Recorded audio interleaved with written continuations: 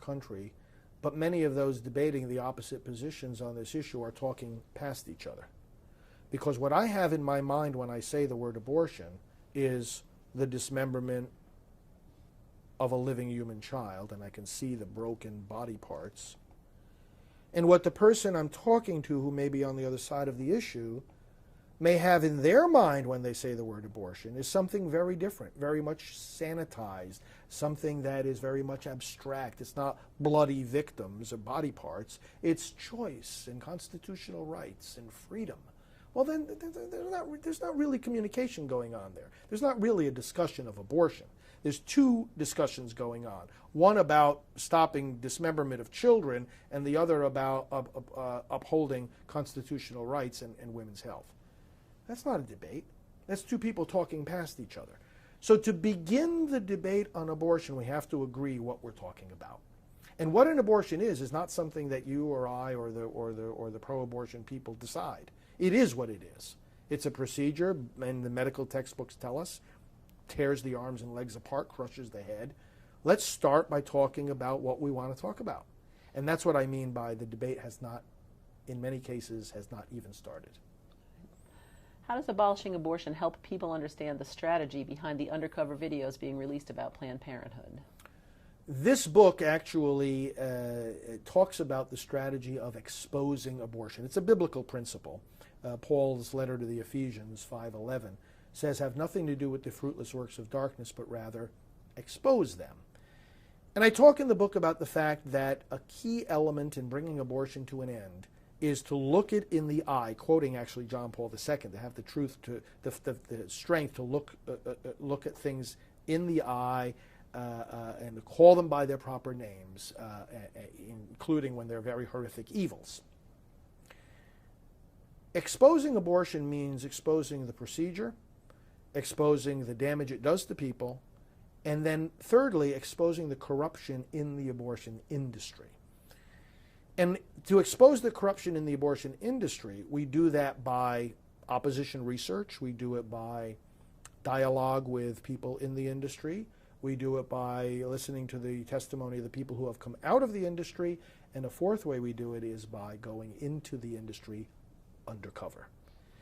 So as this book was being written, I knew about the project that was going on with the taping of these meetings and conversations within the leadership of Planned Parenthood. And so I even say in the book, I said we are going to have very soon a public manifestation of exposing abortion in ways that have not been seen before on this scale. And that's what engages people. It helps them overcome that blind spot and that disconnect that they have about the unborn child. You speak about the need to reframe what the conflict over abortion is in our society. What do you mean by that?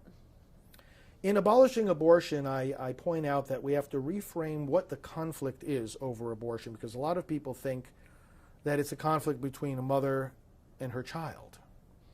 And a lot of people will feel naturally drawn to be on the side of the mother, especially if she's in distress and some kind of serious social problem.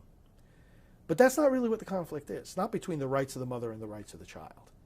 It's between mother and father and baby and family on one side and a corrupt, unscrupulous, destructive abortion industry on the other side that is out for nothing but itself. Doesn't care about women, doesn't care about the babies, doesn't care about women's health.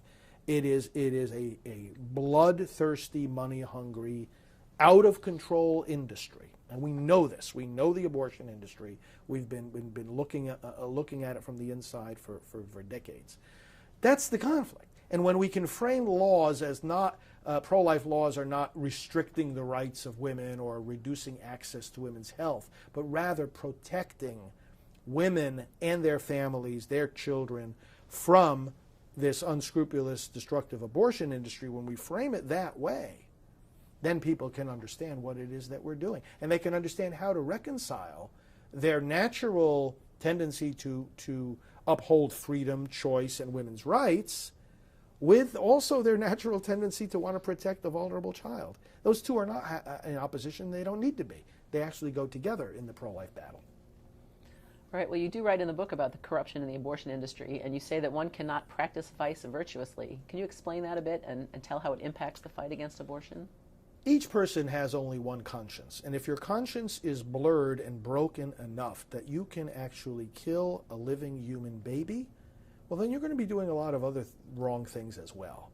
You can't practice vice virtuously. You can't be committing the murder of children and at the same time, keep your tax records just right and follow all the moral standards of medicine and avoid malpractice. The abortion industry, which is based on the killing of children, is mired in all kinds of other immoral and illegal activity, malpractice, sexual abuse, and as we see in the videos that have been released, even the gruesome sale of body parts of babies.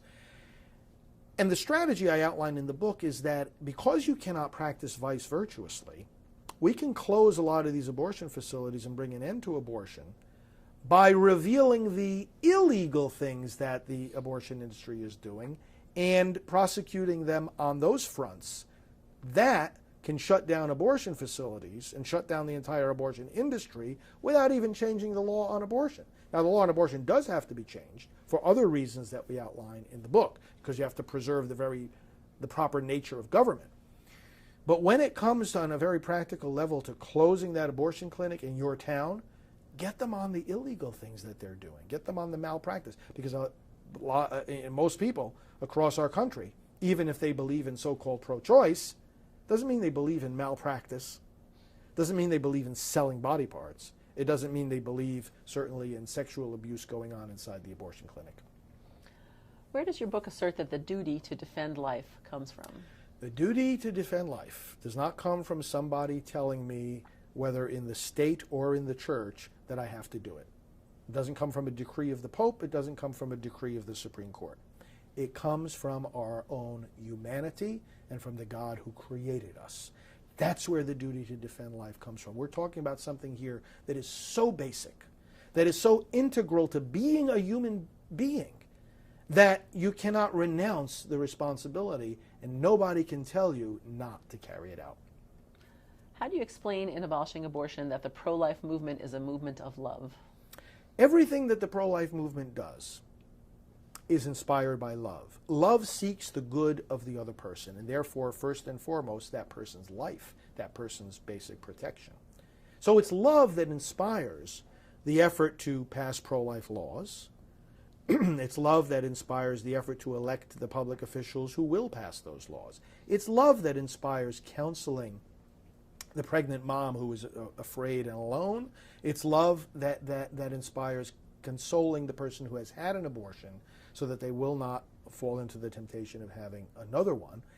Love inspires not only that quiet, confidential, gentle counseling, it also inspires the protesting outside of a killing center. It's all a movement of love. We can't assign love as a motive to just one part of the pro-life movement. The whole movement itself is inspired by love, and it manifests the meaning of love.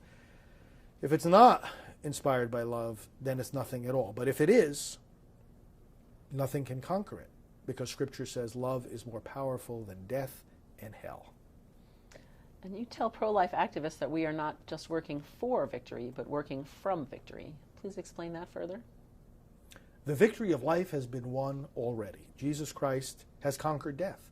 So I tell pro-life activists, especially who are believers, as most are, all throughout the country, that we already have the victory. If life were not already victorious, we wouldn't be here. We wouldn't be the church. We couldn't call ourselves Christians. But we are, and we do, and therefore victory is our starting point. Christ is risen. Death has been conquered. And if the kingdom of death has been conquered, then abortion has been conquered. And that's where we start. And then we take that victory and we proclaim it. We teach the truth. We celebrate it. We serve it.